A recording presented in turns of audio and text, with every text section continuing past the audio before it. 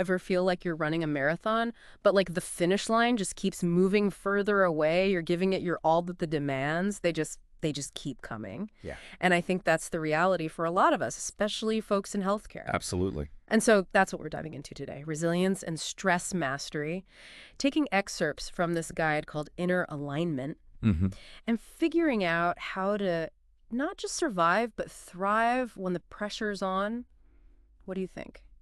I think this guide really hits the ground running. I mean, right out of the gate, they start with this quote from a healthcare leader, Okay. and I think it's going to resonate. I love my job, but I don't know how much longer I can do this. Oh, wow. It's that feeling of loving what you do, being passionate about your work, Right. but at the same time feeling totally burned out. Yeah, it's so true. And honestly, something I've definitely felt myself. But the guide also points out that burnout doesn't have to be inevitable. Right. There are things we can do, and that's where resilience comes in. Yeah, I mean, it's like building mental and emotional muscle so you can handle the weight of all those challenges. I love that. Okay, so let's talk about the challenges then. What happens when we don't manage stress effectively? Yeah. What's the cost? Yeah, the guide outlines some pretty significant risks, starting with cognitive overload. It's like your brain's just on overdrive all the time. Right. Constantly problem solving, making decisions. Yeah. You know that feeling? It's like 3:00 p.m. and suddenly you can't even answer a simple email. Oh, tell me about it. And in healthcare, the decisions you're making, they directly impact people's lives, right? Yeah, That can be so dangerous. absolutely. I mean, and then on top of that, you've got emotional exhaustion. Right. It's that constant stress that wears you down over time. You know, it can look like irritability, difficulty concentrating, or even just feeling emotionally detached Right. from your work. And I imagine when you're emotionally exhausted, it's even harder to make those critical decisions, to connect with your team and lead effectively. Absolutely. I mean, Yeah. it's like a vicious cycle. Yeah. You know, and ultimately, that can lead to leadership disengagement, which is where you start to question, like, your purpose, your impact, Right. maybe even if you want to stay in your role. Right. It's like slowly losing your passion for the work you used to love. Exactly. And the guide actually illustrates this really well with this character, Sarah, who's a chief nursing officer. And she's so dedicated to her work, but she's constantly dealing with staffing shortages, budget cuts, just like all these increasing demands. Yeah. And initially, she's able to kind of push through. Right. But eventually, that chronic stress, it just starts to really show. Right. She's snapping at her team, Oh, wow. making decisions based on reaction, not strategy, Yeah. feeling totally disconnected from her purpose. It's heartbreaking because you can see how much she cares. Right. But the stress is just overwhelming her. And I Yeah. feel like so many of our listeners can relate to Sarah's story. For sure. I mean, especially in the healthcare landscape today. And it really just highlights why building that resilience is so crucial. You know, it's not about becoming immune to stress. Right. It's about, like, having the tools and strategies to navigate challenges Right. without losing yourself in the process. Yeah, absolutely. So how do we do that then? Yeah. How do we build resilience? Yeah, the guide breaks it down into 3 key areas: emotional resilience, cognitive and physical stress mastery, and sustainable leadership practices. Okay, I like that. So, you know, a 3-legged stool, each leg is essential. Okay, love that analogy. Okay, let's start with emotional resilience. What does that even really mean? Yeah, it's that ability to bounce back from setbacks, you know, to adapt to change and maintain, like, a sense of optimism and perspective, even when things are tough. They highlight this one study that found that leaders who practice gratitude, they're more resilient when faced with stress. Really? Yeah, they're able to reframe those challenging situations Okay. and focus on the positive. So it's not about ignoring the challenge. Right. It's about shifting your perspective Yeah, to find the opportunity for growth, exactly. even within those challenges. Right. I can see how that would be so helpful, Yeah, especially in a field like healthcare. totally. And that's where that cognitive and physical stress mastery comes in. Okay. You know, it's about developing practical strategies to manage stress, like, in the moment. Right. So it could be things like mindfulness exercises to calm your mind, maybe breathing techniques, or even taking a walk to get some fresh air. So it's like having a toolbox Yeah. of techniques you can pull from when you're feeling overwhelmed. Yeah, exactly. I mean, what I think is fascinating about those things Yes. is they're not just about feeling better in the moment. They actually change your brain's response to stress over time. Ah.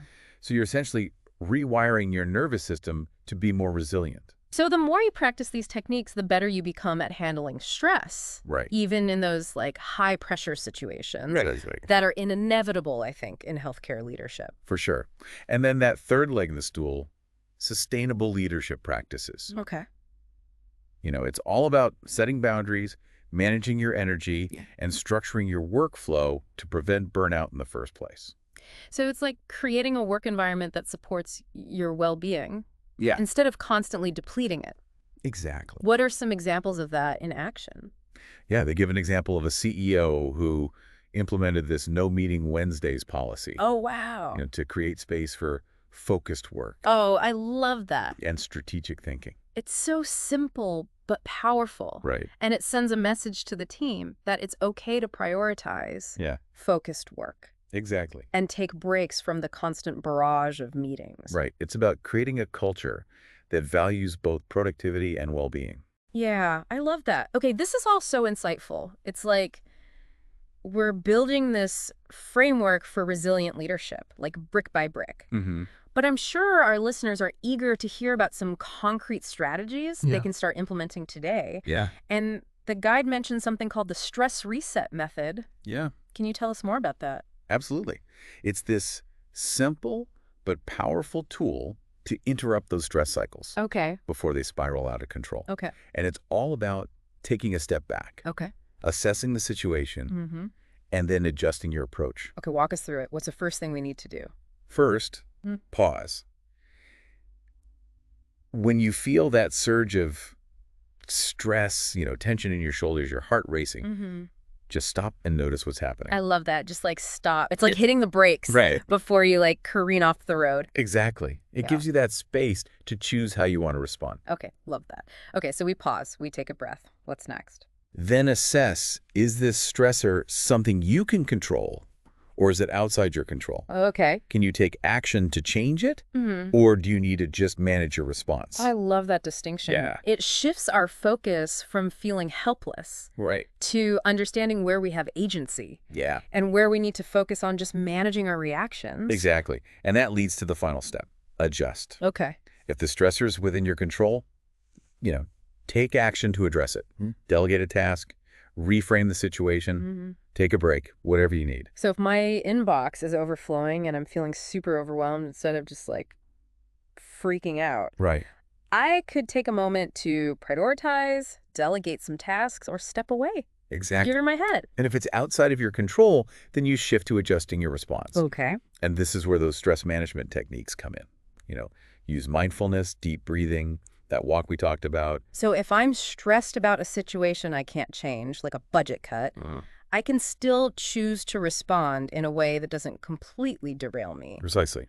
It's about recognizing that you have a choice in how you respond. I love this. Okay, this stress reset method, I think it could be a game changer Right. for anyone feeling overwhelmed, Yeah. especially, in high-stakes environment like healthcare.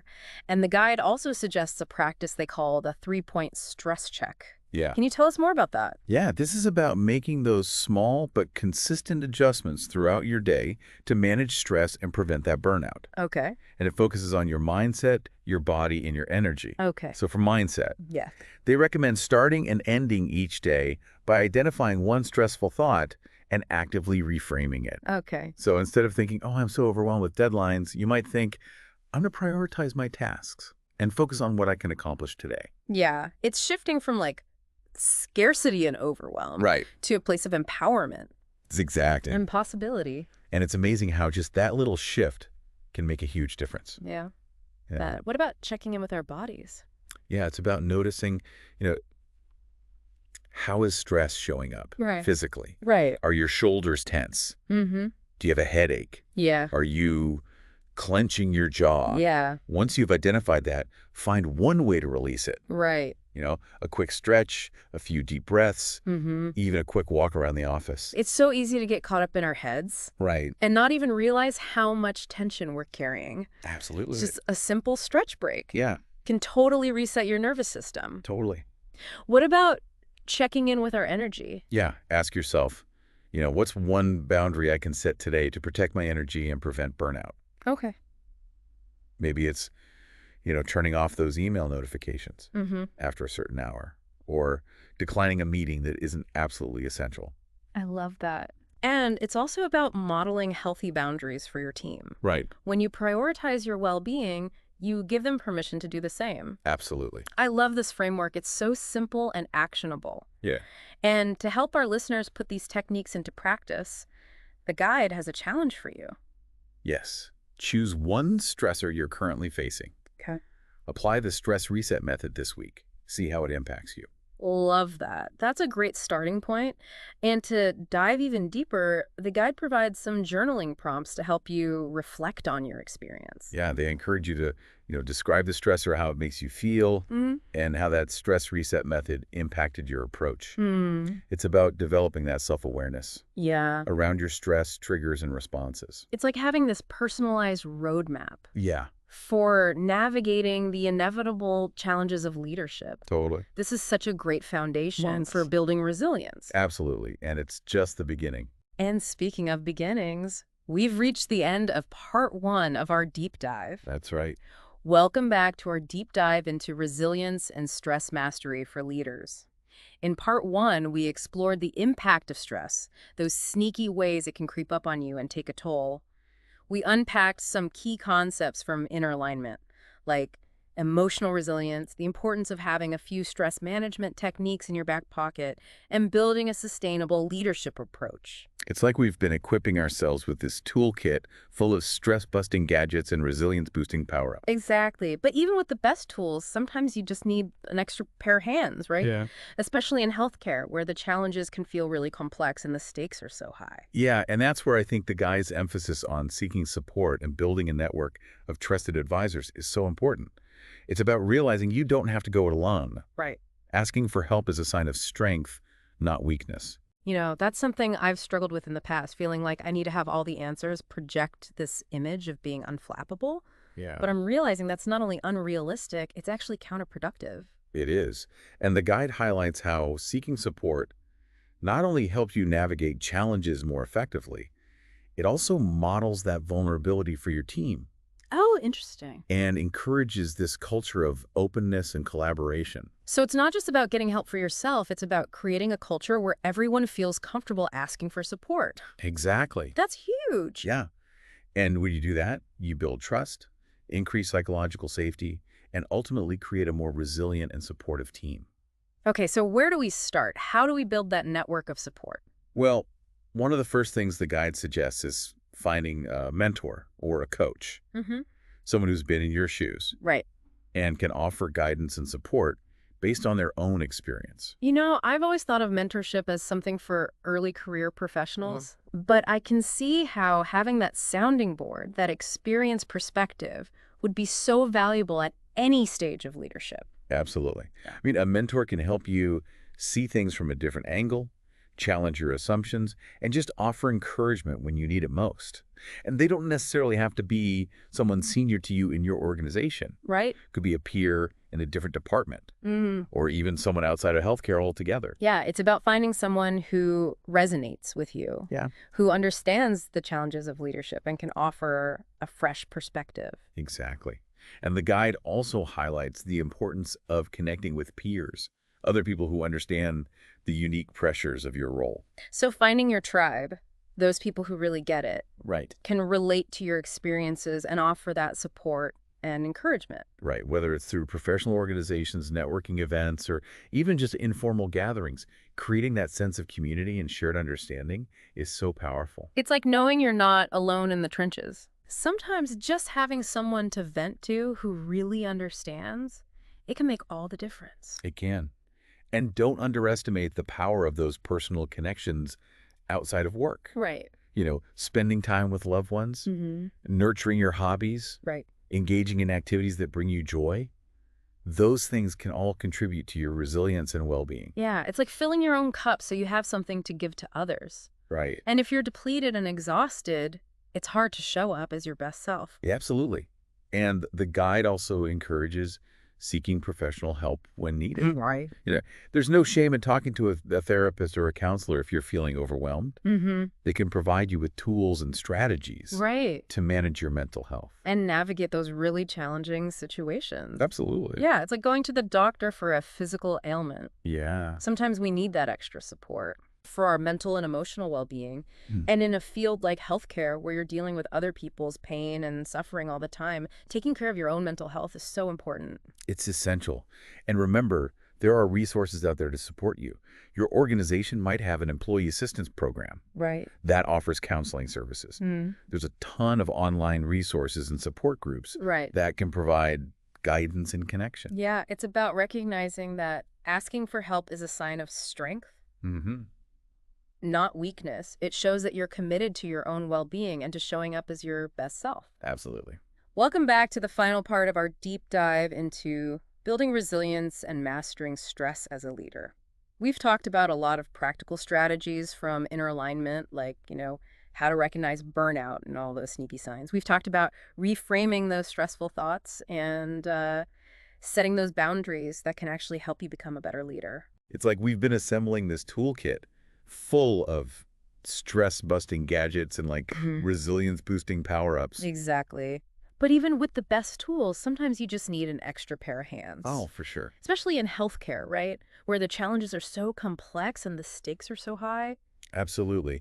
And that's where I think the guide's emphasis on seeking support and building a network of trusted advisors is just so important. Like recognizing that you don't have to go it alone. Yeah. Asking for help, that's a sign of strength, not weakness.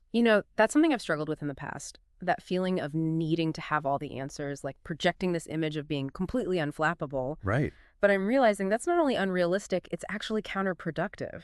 It is. And the guide highlights how seeking support, it not only helps you navigate those challenges more effectively, but it also models that vulnerability for your team. Oh, that's interesting.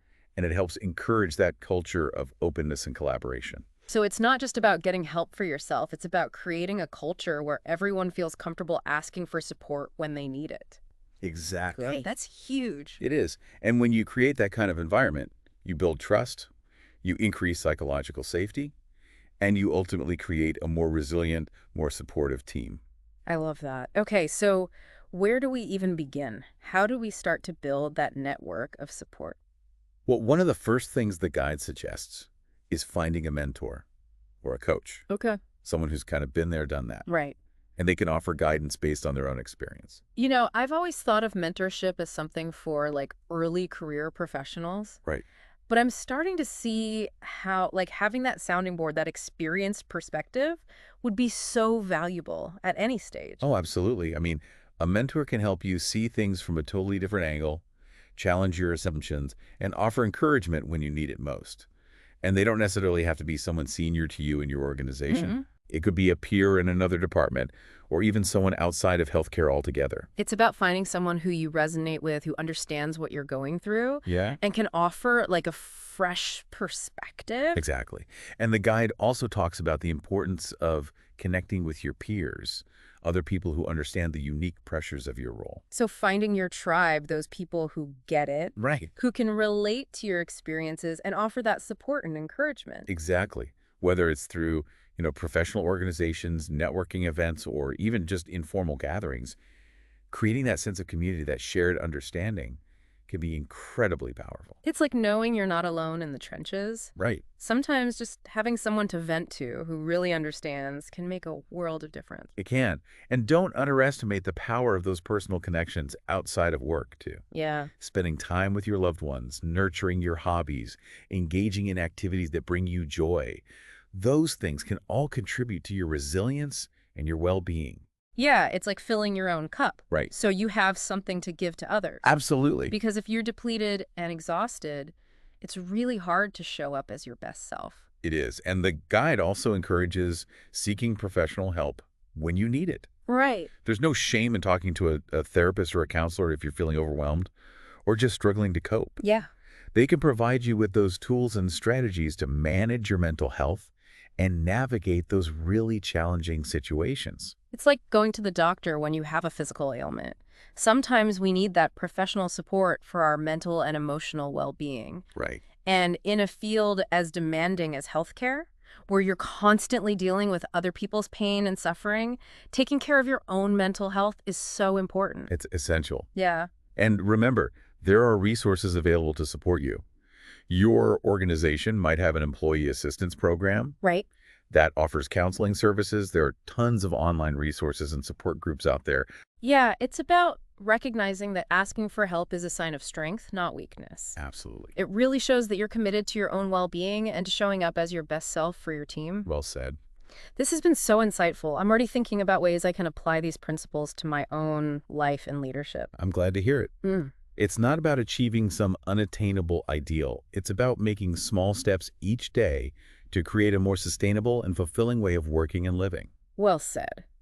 And that brings us to the end of our deep dive into resilience and stress mastery. We've covered a lot of ground, but ultimately it comes down to this. Building resilience is a journey, not a destination. It is. It's about making small, consistent choices each day that support your well-being and help you thrive, not just survive, as a leader. Prioritize that self-care, set those boundaries, seek support, and never be afraid to ask for help. You got it.